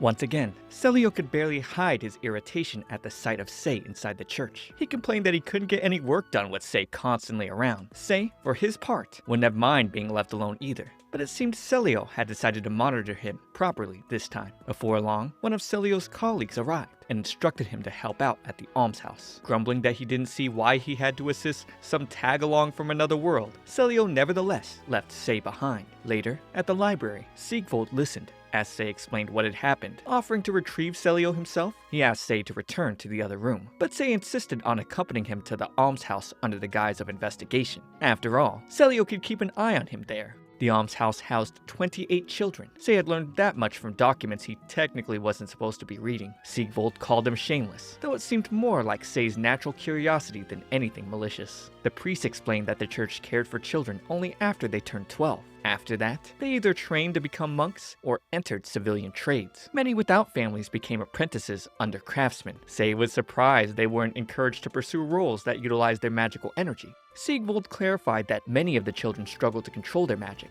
Because of this, they had often been separated from their families. The church trained them to suppress or manage their magical abilities, so they could live normal lives. Sensing the strength of Siegvold's magic through his barrier, Say chose not to question further. When Celio spotted Say at the almshouse, he demanded to know why he was here. Say calmly replied that it would make monitoring easier. Apparently, Frederick had originally been assigned to oversee the almshouse this day. Siegvold advised Celio to report any further incidents, but Say doubted that would help. Judging by Celio's expression, such matters were common, and reporting them might only cause more trouble. Soon after, Yua rushed over. She had been volunteering at the almshouse, and Say was surprised to see her doing additional work beyond her role as Holy Maiden. Say was even more shocked that the two of them spoke so comfortably. He had assumed Say was trying to undermine the Holy Maiden's prestige. Say finally realized this must relate to the rumored plan to abolish the Holy Maiden system. It explained why the church staff had been so unfriendly towards him. Yua, however, admitted she wouldn't mind the system disappearing. She would much rather return home. She spoke sadly about the children who weren't allowed to attend school and spend their days working and maintaining communal areas. It wasn't a promising future. While she understood that not everyone could receive formal education, it felt cruel that these children lost opportunities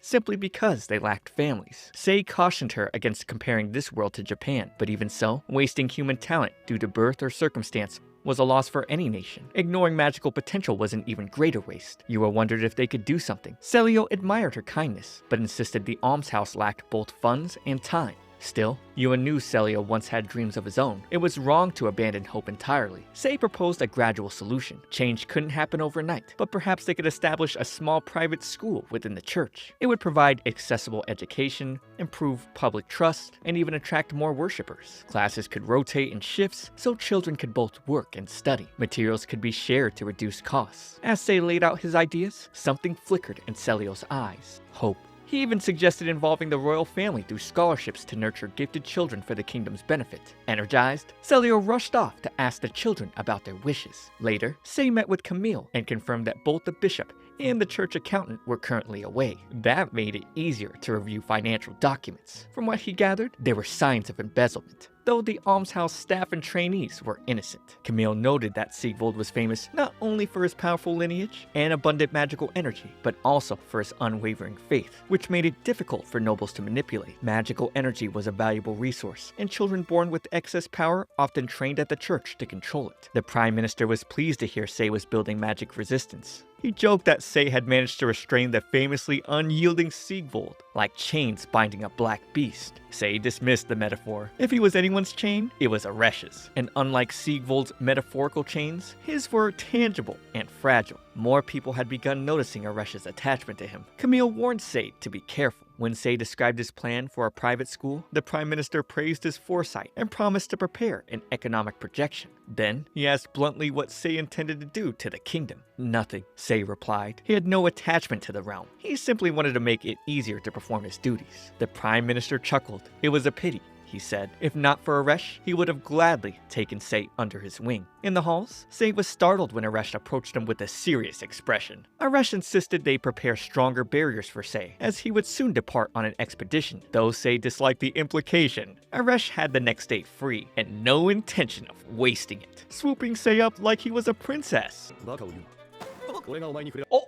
俺がお前に触れる機会を無駄にするわけがない。 When Sei asked to keep things brief due to work, Aresh ignored him entirely and sealed his protests with a kiss. On the morning of departure, Aresh gently brushed Sei's hair as he slept. Before leaving, he instructed the servants to look after him. Voltum, surprised by the commander's obvious devotion, assured him that Sei would eagerly await his safe return. Just as Aresh was about to depart, Sei came running to see him off. Clutching his cloak, he asked him not to get hurt and promised to wait for him. Though recovery magic made the request unnecessary, Aresh's heart swelled. Stealing another kiss, Aresh told Sei not to worry, since no one could see them behind his cloak. Sei thought he was too much. At the church, Sei met Bishop Matthias and Cipriano. the accountant. Cipriano apologized for delays in financial reporting, blaming the recent summoning ceremony. Mattias shifted blame onto Sei for increasing their workload. Calmly, Sei introduced the idea of opening a cram school in the Holy Maiden's name. Sigvold was thrilled. Increased donations and prestige would follow. Sei carefully observed the bishop's reaction, noting the flicker of calculation in his eyes. Days passed. On the 7th afternoon of Aresh's expedition,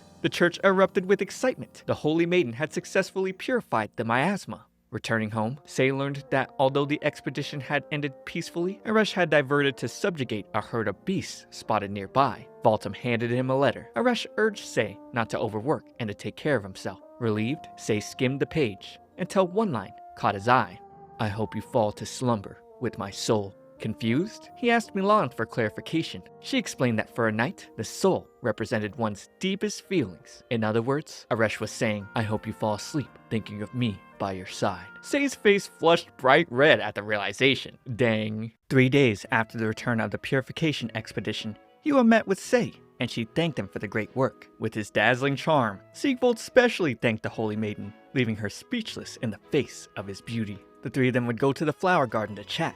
For the first time, Celio heard about Sei's weak resistance to magic heals. It was even more shocking to hear Sei could die if he absorbed too much. As for the updates on the expedition, Yua mentioned there were no changes on the first and second expeditions, but once the miasma was gone, light poured onto the tree, and buds sprouted on part of it. This was proof that the purification was complete. It was recorded that the levels of magic heals were below normal. When the sorcerers investigated the surrounding area, they found the footprints of a beast called a Nepalic.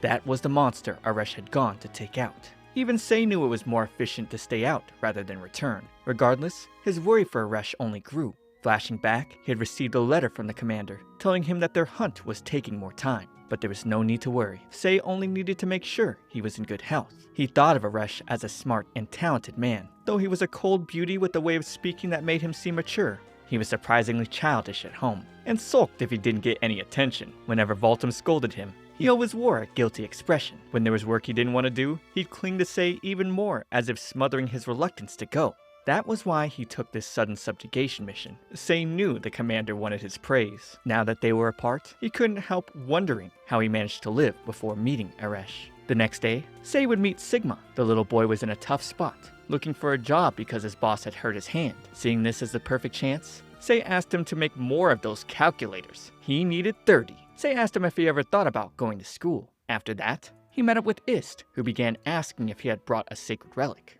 Ist mentioned that these relics contained magic energy. Sei would be shocked to hear this. It basically meant the relics were magical tools. Ist also said he had seen one, explaining that people pray to them when they turn 6. According to the Prime Minister, kids trained to reduce their magical energy. The church had a relic to collect said magical energy. So, Sei wondered where exactly the energy was going. Feeling something was off, he would have to start investigating somewhere. Later on, Urius approached Sei and Norbert, wanting to speak to them both. He had heard Sei spoke with the Holy Maiden at length the other day, and the prince was eager to know the details. Sei would gladly hand him the documents relating to the private school for the almshouse children. Urius thought it was a magnificent idea, but felt sad about Yua not telling him about it. Makovska convinced him that she probably wanted to tell him after her plan came together. Feeling so excited, the prince accepted this was true. Using that opportunity, Sei told him to support with his own funds instead of the national treasury. It would further emphasize the prince's stance and make him look more dependable in Yua's eyes. Or so he claimed. Eager to get Yua's approval, Urius agreed to the plan and quickly left to meet her. What a simp. But before leaving the door, he turned back, skeptically looking at them. Shortly after, Makovska gave Sei a basket of treats to share with his colleagues in the accounting department. It was an order from the prince, but Sei didn't look like he believed him. Although Urius greatly admired the Holy Maiden, Makovska claimed he was also a worthy heir as the first in line for the throne. Urius and Norbert, the illegitimate son who was adopted out, were both biological brothers. Seeing the treats from the prince, Norbert mentioned he loved them since he was a kid. It seemed Urius was aware of what his little brother liked.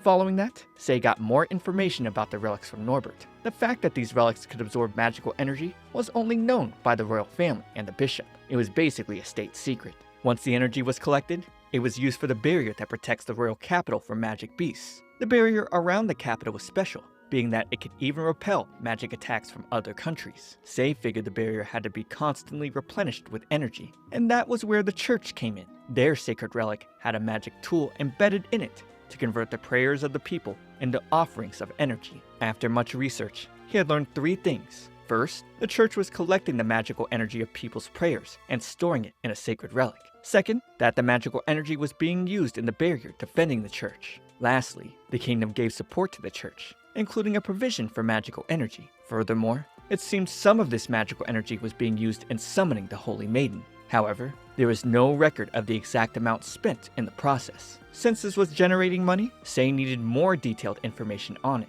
Meeting with Sigvald the next day, Sei looked very pale and exhausted. He was suddenly seeing an image of Aresh where the priest stood.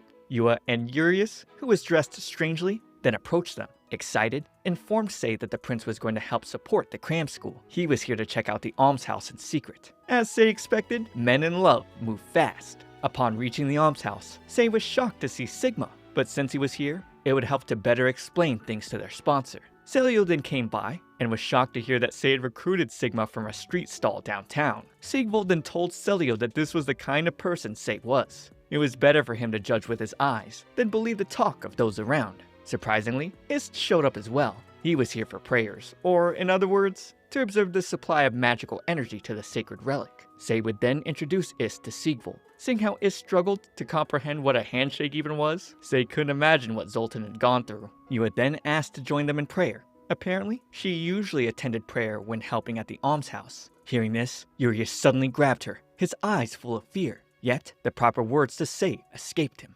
Outside of practice, everyone made sure Yua used as little magical energy as possible, and still, the church was extracting energy from her, which would most likely affect the purification. Judging by Urius' reaction, it would seem the royal family was in the dark about this. Sei then asked Yua to hang back and show Urius around instead. He told Sigvald he wanted to go see this sacred relic, but the priest let him know that outsiders needed permission from the bishop before entering. Sei asked him to get the permission first. As for Ist, there was no stopping him. He came here specifically to see the sacred relic. Sei asked Sigvald to get the permission quickly, while he would try to stall Ist. Upon entering the sacred prayer room, Sigvald marveled at the sight of the relic. It was as beautiful as he remembered, but for Sei, it looked like an ominous object, causing him a lot of pain. At the same time, Aresh had returned. Hearing Sei had gone to the prayer room where the sacred relic was, he feared the worst. Back in the prayer room, Sigvald recalled being unable to control his magical energy when he was a child, and it led him to believe he was a devil's child. That was when he was brought to this prayer room, where he prayed to Apron and regained control. In that moment, Sigvald swore to serve him for the rest of his life.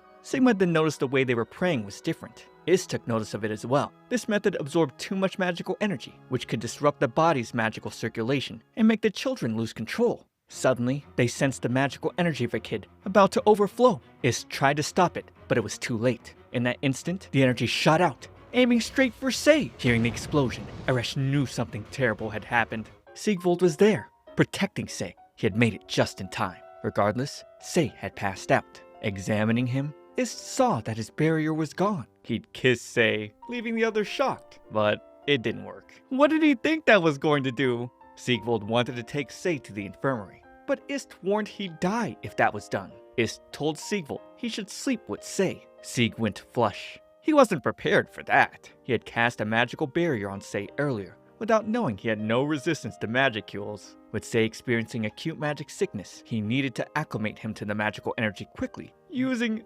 Aresh's usual technique. At that moment, Aresh appeared, smashing the door with his fist, refusing to let that plan proceed. Oh, he's pissed, alright. He demanded Sigvald return Sei, but the priest refused his request, saying Master Seichiro wasn't an object. Just then, Sei woke up, and he was glad to see that Aresh was fine, barely conscious. Urius then told Sigvald he could leave Sei to Aresh, since the commander handled everything concerning his health. Once Sei was handed over to him with much reluctance, Aresh rushed off with him. Entering Cyril's office, he requested to see the back room. Sei's magic sickness was obvious to see.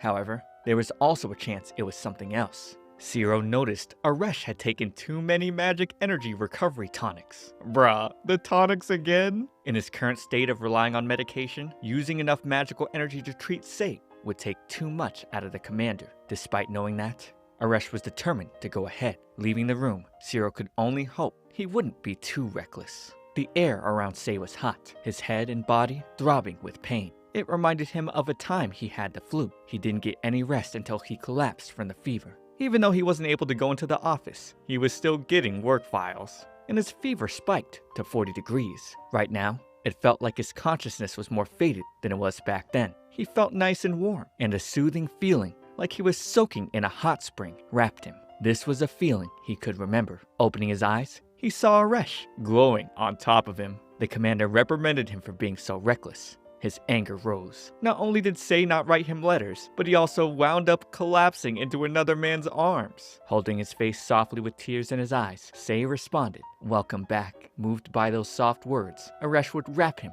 in a warm embrace. After that, Sei was ordered to stay hospitalized for 3 days. On the second day, he was still yet to see Aresh. Norbert came to visit him, and the first thing Sei asked was for work documents. He just couldn't put the work down. Sei recalled Sigvald had come to visit earlier. The priest apologized for exposing him to such dangers, despite knowing his low resistance to magicules. Sei would take the blame instead. He had been overworking himself. Honestly, he would have probably died if Sigvald hadn't cast a barrier on him, and for that, he was very grateful. Shortly after, Valtam came to visit Sei. According to him, Aresh was recuperating back at the estate. He had fallen ill from an excessive amount of recovery tonics. The purification expedition, the magic beast subjugation, and healing Sei upon his return had taken a toll on him. Sei found it weird initially. Usually, Aresh would have taken him home to keep an eye on him, but now it all made sense. Having known Aresh since he was a kid, Valtam harbored parental feelings towards him. Therefore, he made it clear that his top priority was safeguarding Aresh's health. Since meeting Sei, the commander had shed his former lethargy and become more vibrant. Valtam was joyous to see he had fallen in love. Of course, Sei was the savior who had given Aresh the vitality to live. Regardless, Valtam would prefer if the commander prioritized his own health. Sei admitted he'd been too dependent on the commander. In the process, Aresh's health was compromised because of him. The monster subjugation was a perfect example. Sei was the one who put Aresh in peril,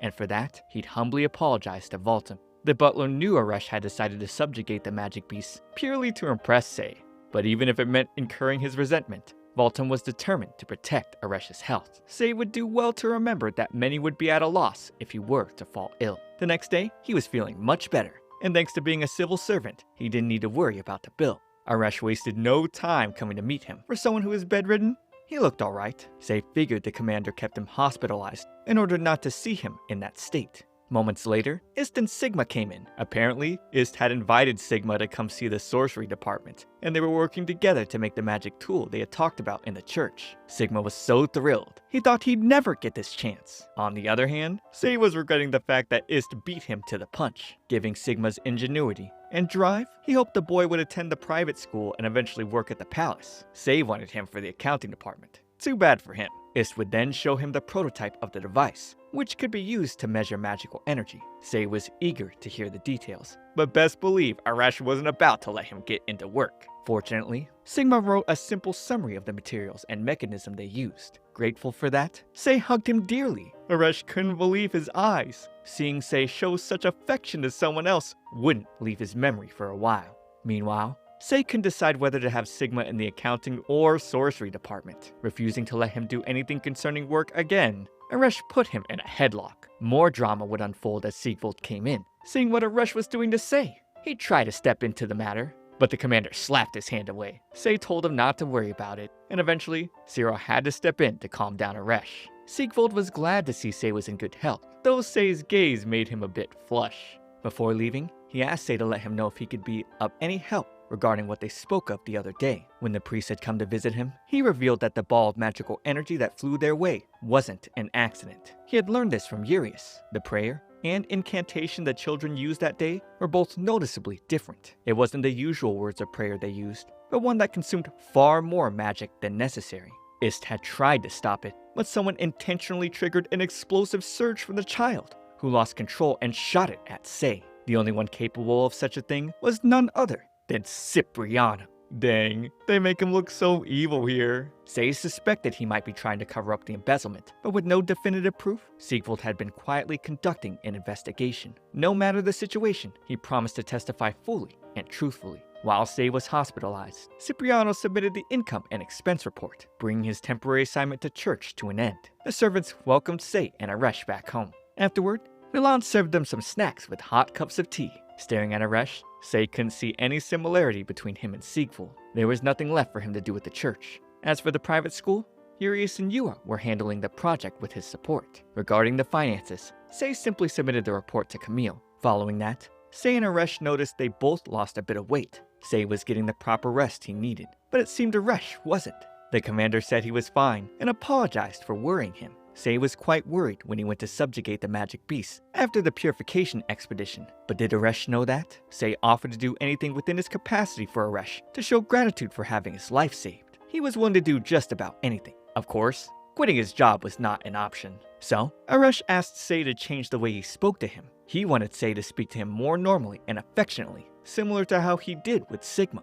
Aresh's jealousy was out of this world, and who could blame him really? He was much closer to Sei than anyone else. Seeing how jealous Aresh was, Sei felt his heart throbbing. It had been a while since his heartstrings were tugged like this. Yet another day, Aresh was scolding Sei for not taking a proper meal break. However, Sei apologized and happily agreed to go with the commander, referring to him with first name. Aresh demanded Sei to speak to him differently. They agreed that Sei would use his name more softly. Something so small seemed to have improved Aresh's mood so much. Norbert would try to leave, but Sei dragged him to have lunch with them. At the dining hall, Camille showed up, requesting to join them as well. And Aresh didn't look pleased. The Prime Minister found nothing amiss with the financial report submitted by the church. With this, Sei's special assignment was over. Now that they had contained the miasma, Camille would love to take a breather. But he couldn't afford to leave the situation unaddressed. Referring to the magic energy Sei spoke about, he hoped they could put that information to use. In other words, he wanted the church on a leash. Sei asked for a break.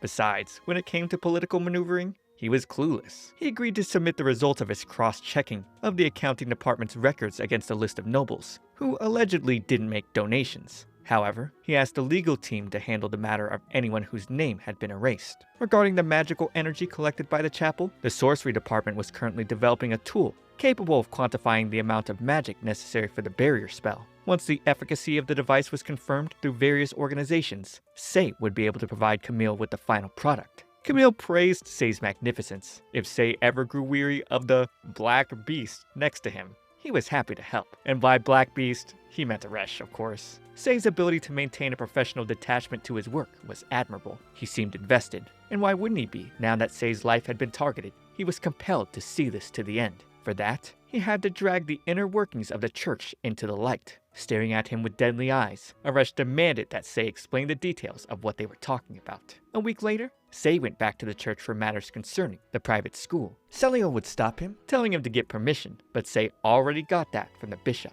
Regardless, he wouldn't be allowed to do anything until Celio checked with Siegwald. When they got in, Frederick sent Sei back, claiming Siegwald was with a more important guest. He'd discriminate against Sei, calling him a mere servant and a tag-along from another world. Celio defended Sei, explaining that he's been working hard to educate orphans and common children to broaden their horizons. Plus, it was forbidden to discriminate on birth or origin within the church. As Frederick was called out for going against Abrand's teachings, he grew angry, ready to strike. That's when Siegwald showed up, and surprisingly, he was with Aresh. Seeing how softly Aresh acted with Sei left Celio and Frederick speechless. Siegwald then mentioned that Sei was looking a lot better, thanks to his help, of course, though Aresh felt that gratitude should have gone to himself. Also, he noticed Sei had changed the way he spoke to him. They weren't at the mansion. Apparently, Sei had also promised to call Siegwald by his name. It was strange for him to be so formal with a priest, and so familiar with the commander of the royal order. However, Sei explained he saw Aresh as a close friend. Siegwald wished to be his friend as well.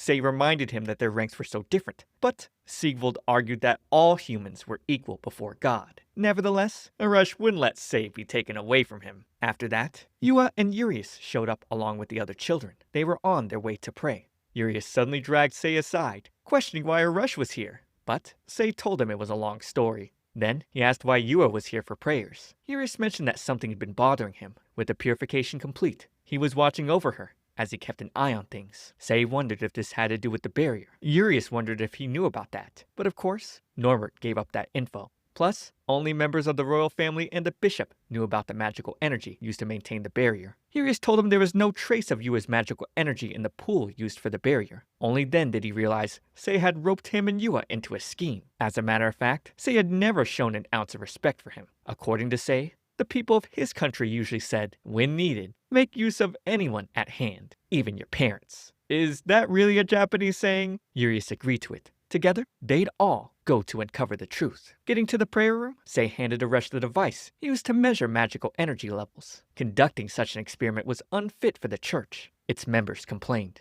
That was when the bishop showed up with Camille. He agreed to do the test to prove the church had nothing to hide. With Matthias giving the go-ahead, the prayer started. Once they were done, Sei showed the amount of magical energy offered this time. The members of the church were still angry, saying their prayers were offerings to Abram. Sei pointed out that the magical energy offered was used to maintain the barrier that protected the royal capital. Seeing the amount of energy used by the barrier, Camille admitted that the monthly figures added up. Matthias boasted about it, but that pride was wiped off his face when Sei showed the readings from prayers over the last 3 days. Sigvald then revealed the devices that had been secretly used to measure for those 3 days. Without a doubt, the numbers from the last 3 days were much higher. Trembling in fear, Matthias had no response for where all that extra magical energy went. Urius also mentioned that the Holy Maiden's magic energy wasn't used for the barrier. Furious, he demanded to know where her energy had gone. In addition, Sei showed the statistics on the magical energy consumed by domestic industries during the current fiscal year.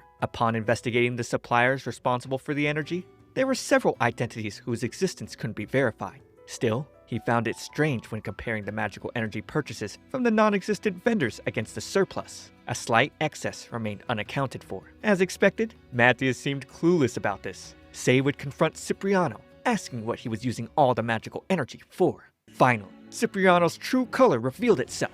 He claimed Merc was the one and only true god, while Abram was a selfish nobody. He was a heretic. Merc was a goddess worshipped in the East. They say she's the goddess of harmony, who repels enemies from other realms and the outside world. Cipriano couldn't stand the fact that the Holy Maiden was from another world. He called Abram an evil deity, who was responsible for the miasma. Hearing such sacrilegious words, Sigvald was enraged. An aura of power emanated from his body. Cipriano showed them a crystal, which he'd been using to store all that excess magical energy. As he unleashed its power, Aresh shielded Sei. Despite not wanting the commander to get hurt, Sei needed to be saved again. However, the crystal didn't explode. Yua had somehow managed to contain it with her powers. It was the same concept Sei used in the demon forest to prevent the danger from going out, and she didn't think much of it at all. The day was saved. Cipriano was then apprehended. Sigvald boasted of how Abram's teachings were supreme. Sei, however, said everyone should be allowed to choose what they believe in. Even Yua mentioned it was normal to have multiple gods where they were from. Such words coming from the Holy Maiden was too shocking even for the bishop. She didn't get what the power of purification had to do with other gods. Matthias was dumbfounded.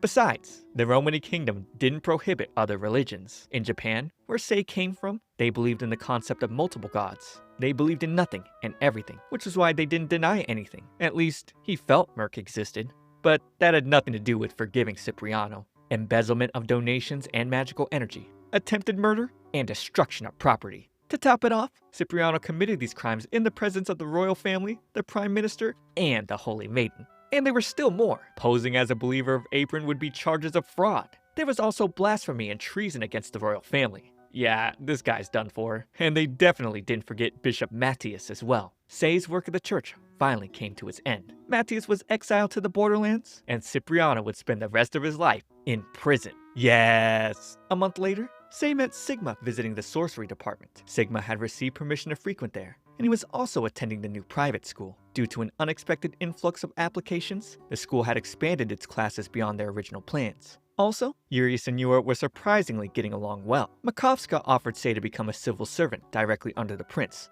but Sei would decline. Being too busy, Sei left Norbert to handle the mathematics class. Celio wasn't too happy to hear that, but he'd light up with joy hearing that Sei would still be coming here. Norbert mentioned how popular Sei was. Before they even got to the church, Camille had given him another offer. Meanwhile, Sigvald had been asked to return home due to the recent incident. In the end, he still wished to serve the god he had placed his faith in, but also realized his horizons needed to be broadened. He asked Sei to come visit whenever he visited the church. As for Sei, he planned to return to Japan eventually. On the carriage, Aresh told him he had heard about the offers he received, but of course, Sei had turned them down. He didn't know whether reciprocating Aresh's feelings was the right thing to do. The commander suggested they take a trip to the seaside town once it got a little warmer. That was where his family's main estate was. He also wanted an excuse to take Sei away from his work, but he wouldn't make Sei abandon his work halfway through. Hearing that, Sei was flush. His heart pounded heavily. That was when he decided not to be the only one on the receiving end of the affection. Holding Aresh's face softly, he kissed him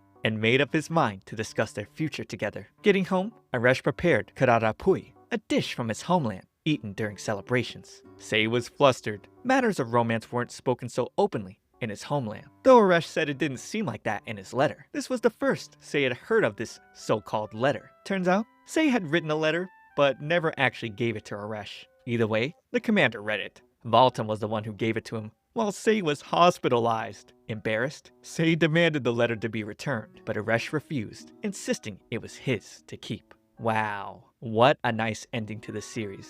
This was the second BL I covered, but I actually genuinely enjoyed it. Even as a 100% straight guy, there were a lot of great life lessons implemented, like in the beginning, the Holy Maiden's naive desire to help this unknown kingdom, and Sei telling her to be more realistic. Even this ending where Sei tells everyone it's alright for them to believe in different things. Personally, I am Christian, but I still think others have the right to free will and to think what they want, even if I might disagree. And I don't push my beliefs onto others, though I believe they would benefit from them. Subscribe to the second channel for more BL content. But for now, watch this next video. It's me, Comfy T. I'll see you all in the next one.